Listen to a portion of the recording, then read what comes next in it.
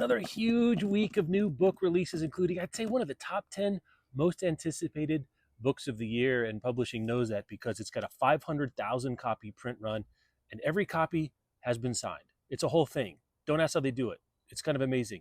But it's Bury Your Bones in the Midnight Soil by V.E. Schwab.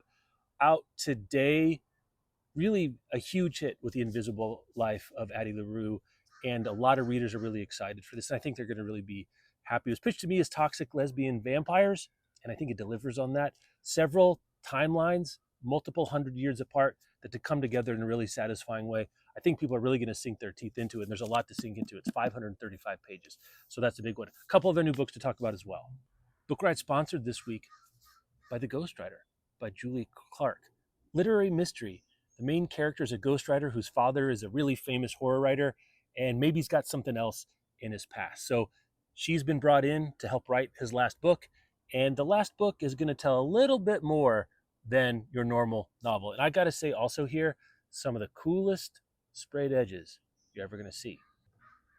Another huge new release out today is The Kingdom of Ashes by S.A. Cosby. Really made a name for himself writing mystery thrillers, southern noir, gritty, dark, realistic, with some undertones of cultural and political commentary too.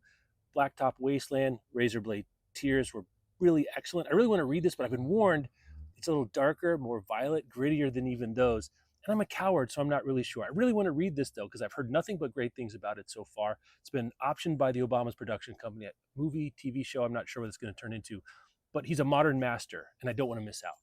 And a nonfiction title I want to mention, too, Right Through It by Kate McKean, An Insider's Guide to Publishing in the Creative Life.